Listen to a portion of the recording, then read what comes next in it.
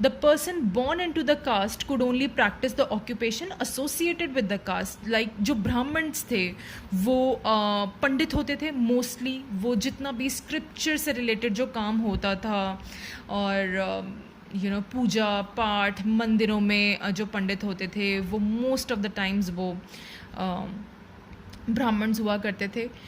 Occupation is hereditary, pass from generation to generation. तो जो काम था, जो ऑक्यूपेशन थी, वो पास ऑन की जाती थी from one generation to another within the family. Persons from one caste could not enter the occupation. Persons from other caste could not enter the occupation. मतलब अगर जो एक कास्ट के लिए जो स्पेसिफिक काम बना दिए गए थे वो किसी दूसरी कास्ट के लिए उनको करना बहुत ही डिफ़िकल्ट था. और लास्ट हमारा फीचर है सेगमेंटल ऑर्गेनाइजेशन, जिसका मतलब है हिंदी में खंडात्मक संगठन. मतलब कास्ट जो हैं वो सब डिविजन्स उनके होते हैं, जैसे कि एक कास्ट के अंदर सब कास्ट और फिर सब कास्ट भी देखने को मिलती है. इसके बाद हमारा जो टॉपिक है, ये थे हमारे फीचर्स मेनली जो हमने पढ़ लिए.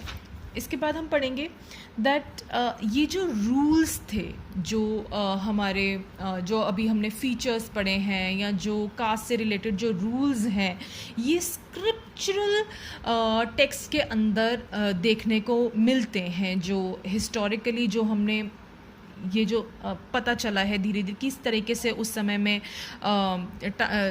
काम होता था, तो ये स्क्रिप्चरल टेक्स्ट के अंदर इनके काफ़ी सारे एविडेंसेस देखने को मिलते हैं.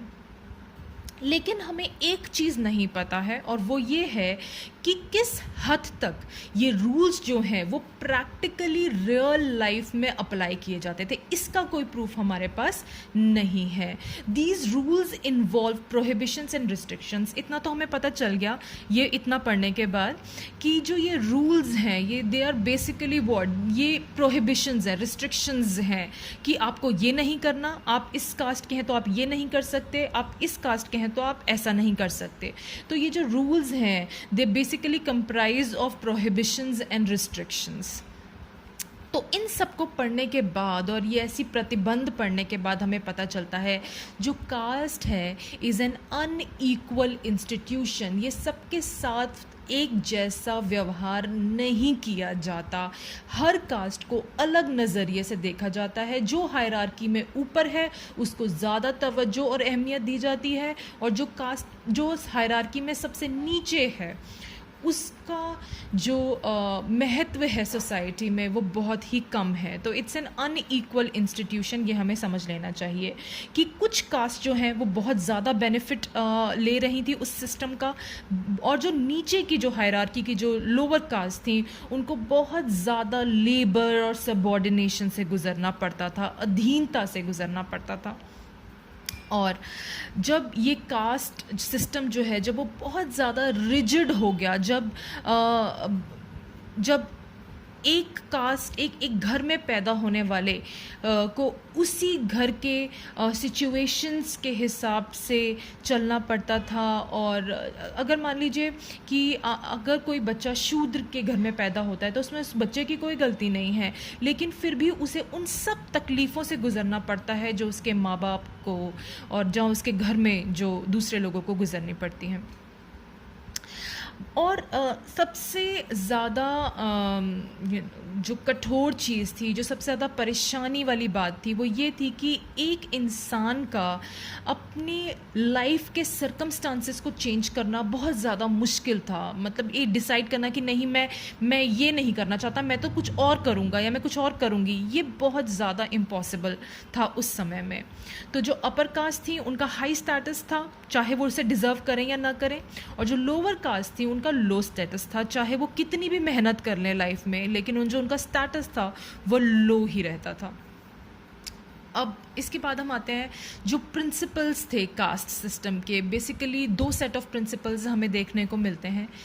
एक तरफ तो हमें ये देखने को मिलता है कि जो हमारा कास्ट सिस्टम है is based on difference and separation.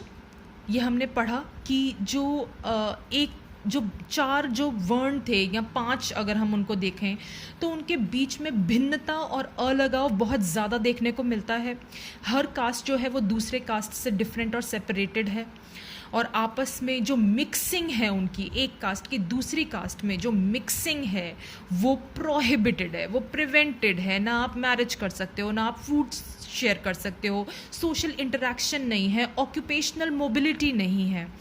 वहीं दूसरी तरफ हमें देखने को मिलता है कि ये जो कास्ट सिस्टम है is based on holism and hierarchy. इसका मतलब है संपूर्णता और अधिक्रम। कहने का मतलब यह है कि जो ये कास्ट सिस्टम है उसमें एक कैटेगरी दूसरी कैटेगरी के बगैर अधूरी है। मतलब जो अपर कास्ट हैं वो अपने हाई स्टेटस के लिए किस पे निर्भर हैं? लोअर कास्ट पे। वो बिना लोअर कास्ट के अपर कास्ट कुछ भी नहीं है।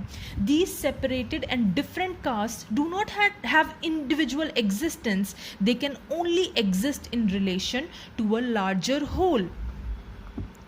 और दूसरी चीज़ हमें ये समझने की ज़रूरत है that this entire caste system is hierarchical rather than egalitarian. यहाँ पे इक्वालिटी जैसा कुछ भी नहीं है, ये बहुत ही ज़्यादा हायरार्किकल सिस्टम है। Each cast occupies N ordered rank a particular position in a ladder.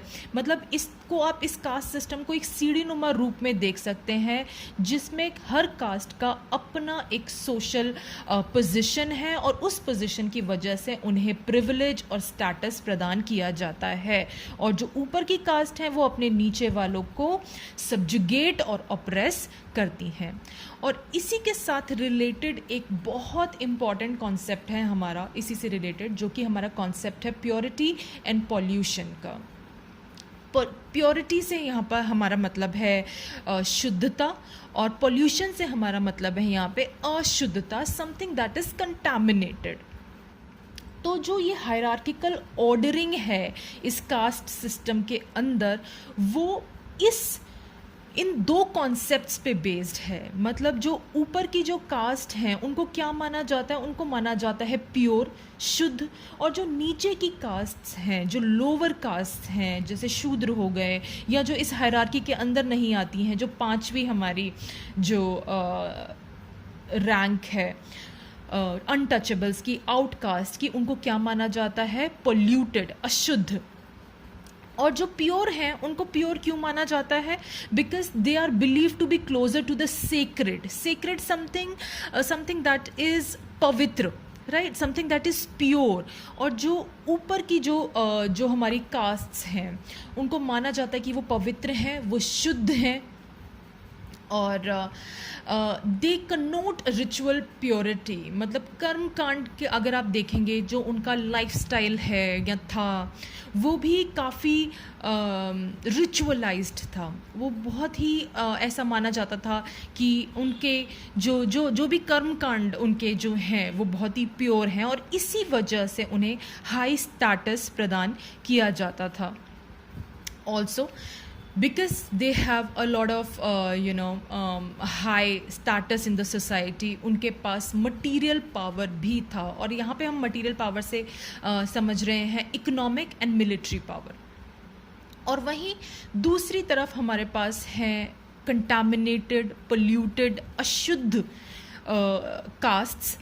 क्योंकि ऐसा माना जाता था कि they are distant or they are different from these castes, they are opposite of these castes, और रिचुअली वो polluting है। वो जो काम करते हैं वो बहुत ही ज़्यादा अशुद्ध है, इसी वजह से उन्हें लो स्टेटस दिया जाता था, उन्हें ऑप्रेस किया जाता था, सब्जुगेट किया जाता था, and they were in a very bad way they were ruled by the higher castes। और ये बेसिकली ये जो हमारा ग्रुप था अशुद्ध लोगों का, it was comprising of those who were defeated in wars और were assigned low status in the caste hierarchy. जो कास्ट सिस्टम है हमारा, या जो कास्ट्स हमने अभी पढ़ी हैं, ये सिर्फ अनइक्वल ही नहीं है, but they are also complementary and non competing. मतलब आप समझिए कि वो एक दूसरे से काफ़ी ज़्यादा इंटरडिपेंडेंट है एक दूसरे के ऊपर, और इनके बीच में कोई कंपटीशन नहीं है। मतलब एक कास्ट दूसरी कास्ट के अंदर मिंगल करने की या ऑक्यूपेशनल मोबिलिटी की कोई चाह नहीं रख रही है, कोई ऐसा कंपटीशन नहीं है, क्योंकि सबको पता था कि जो रूल्स हैं related to caste and hierarchy, they were very strict and rigid. Each caste has a place in the system which can be taken by which cannot be taken by any other caste, and it does not allow any mobility from one occupation to another. मतलब जो परिवर्तनशीलता है वो हमें देखने को नहीं मिलती. और इसके बाद हम पढ़ेंगे नेक्स्ट इसी से रिलेटेड कॉन्टिन्यूएशन में कि जो कलोनियलिज्म था, हमने वैदिक काल का थोड़ा बहुत पढ़ा कि वैदिक काल में it was not very rigid, लेकिन पोस्ट वैदिक काल में जो सिस्टम था कास्ट का वो बहुत ज़्यादा हायरार्किकल हो गया. और उसके बाद हम कलोनियलिज्म में पढ़ेंगे कि जब हमारा जो कलोनियल पीरियड था, उपनिवेशवाद, उस समय में जाति का जो सिस्टम था वो कैसा था, और इसमें जो अंग्रेज़ हमारे देश में आए थे उनका क्या योगदान रहा पूरे तरीके से, गुड और बैड, वो हम इस टॉपिक में पढ़ने की कोशिश करेंगे. तो यहाँ पे जो हम कलोनियल पीरियड देख रहे हैं, इट रफली स्पैन्स फॉर अराउंड 150 ईयर्स, और ये हम लगभग देख सकते हैं शुरू होता है 1800 से लेकर 1947 तक, जब तक हमें आज़ादी प्राप्त नहीं होती. तो और जो हमारा पोस्ट कलोनियल पीरियड है वो 1947 से अब तक देखा जाएगा. अब इस समय में जो हमारा जो कलोनियल पीरियड है, इस समय में जो हमारे सोशल इंस्टीट्यूशंस थे वो बहुत ज़्यादा प्रभावित हुए थे. बहुत उनमें बहुत जल्दी और बहुत गहरा चेंज आया था, बहुत असर डाला था उस समय ने हमारे सोशल इंस्टीट्यूशंस पर. और बहुत जो हमारे इंस्टीट्यूशंस हैं, they underwent major changes during colonial period. और जो कुछ स्कॉलर्स हैं उनका ये कहना है, some scholars, what we know, caste today is product of colonialism. मतलब उनका ये कहना है, कुछ स्कॉलर्स का ये कहना है कि आज जो हमारे समाज में जो कास्ट का जो रूप है, जो कास्ट जो सिस्टम है, जिस तरीके से हम आज कास्ट को देखते हैं, it is basically a product of colonialism. इस तरीके के चेंजेस जो हैं हमारे सिस्टम में वो कलोनियलिज्म के दौरान आए थे. जो ब्रिटिश एडमिनिस्ट्रेटर्स इंडिया में आए थे, उन्होंने जो कास्ट सिस्टम है उसको समझने की, उसकी कॉम्प्लेक्सिटीज़ को समझने की भरपूर कोशिश करी थी. क्यों? ताकि वो हमें रूल कर सकें अच्छे से, पहले इस कंट्री को जान सके, ताकि उन्हें आसानी हो हम पे राज करने में. और नॉट जस्ट दैट, इस सिस्टम को पढ़ने के लिए, भारतीय समाज को पढ़ने के लिए उन्होंने बहुत सारे मेथोडिकल और इंटेंसिव सर्वेक्षण करवाए थे. और ये जो सर्वे रिपोर्ट्स, जो सर्वेज और जो रिपोर्ट्स हैं वो हम आज भी देख सकते हैं, आज भी पढ़ सकते हैं. वो हमारे कस्टम्स, हमारे मैनर्स, हमारी ट्राइब्स, हमारी कास्ट, हर पहलू को पढ़ने की कोशिश की गई थी इसके द्वारा. तो जो हमारे जो सेंसस हैं उस दौरान कलोनियल पीरियड में, वो 1860 में शुरू हुए थे होने. लेकिन जो 10 साल वाला जो सेंसस, जो सिस्टम हम आज देखते हैं, वैसा पहला सर्वे 1881 में हुआ था. लेकिन सबसे इम्पॉर्टेंट सर्वे हुआ था 1901 में, जो कि किसकी डायरेक्शन में कंडक्ट कराया गया था? हर्बर्ट रीजली के डायरेक्शंस में उसको कंडक्ट किया गया था. और उन्होंने बहुत सारी इम्पॉर्टेंट इन्फॉर्मेशन कलेक्ट करने की कोशिश करी थी.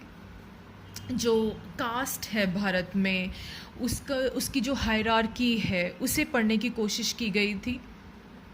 जो सोशल ऑर्डर है उसे पढ़ने की कोशिश की गई थी, और ये देखने की कोशिश की गई थी कि कौन सी कास्ट की रैंक किधर है, मतलब कौन जो हायरार्किकल जो लैडर है उसमें कौन सी कास्ट कहाँ पर आती है। और इसने, आप यहाँ पे ये इम्पॉर्टेंट पॉइंट है, इसको समझने की कोशिश कीजिए कि ऑब्वियसली इससे पहले भी जो कास्ट का सिस्टम था वो बहुत ज़्यादा रिजिड था, लेकिन इस जो जो जब भी हम किसी चीज़ को ऑफिशियल बनाने की कोशिश करते हैं, ये जो सर्वेस थे ये ऑफिशियल थे और इनमें इन चीज़ों को पढ़ने की कोशिश की गई थी, तो इससे इन जब कास्ट के इस सिस्टम को ऑफिशियल बनाने की कोशिश की गई तो इससे बहुत ज़्यादा इम्पैक्ट पड़ा था कास्ट सिस्टम पर और हमारे परसेप्शन ऑफ कास्ट पर। लोग जिस तरीके से कास्ट को समझते थे उस पर काफ़ी ज़्यादा असर पड़ा था। अब देखिए कैसे कि जब उन्होंने कास्ट को पढ़ने की और हर हायरार्की में कौन सी कास्ट कहाँ पर आती है इसको जानने की कोशिश करी, तो उन्होंने एक नॉमेनक्लेचर, एक लिस्ट सॉर्ट ऑफ तैयार करी होगी, आई एम श्योर। और लोगों के जहन पे इसका काफ़ी गहरा असर हुआ होगा कि जब उनकी कास्ट्स जो थी, जब उन्होंने देखा कि ऑफिशियली उनकी कास्ट को कहाँ रखा जा रहा है, तो काफ़ी सारे लोग आए थे सामने और उन्होंने ये क्लेम करने की कोशिश करी थी कि नहीं, उनकी कास्ट तो हायर है and they have all the historical and scriptural evidences to prove their point.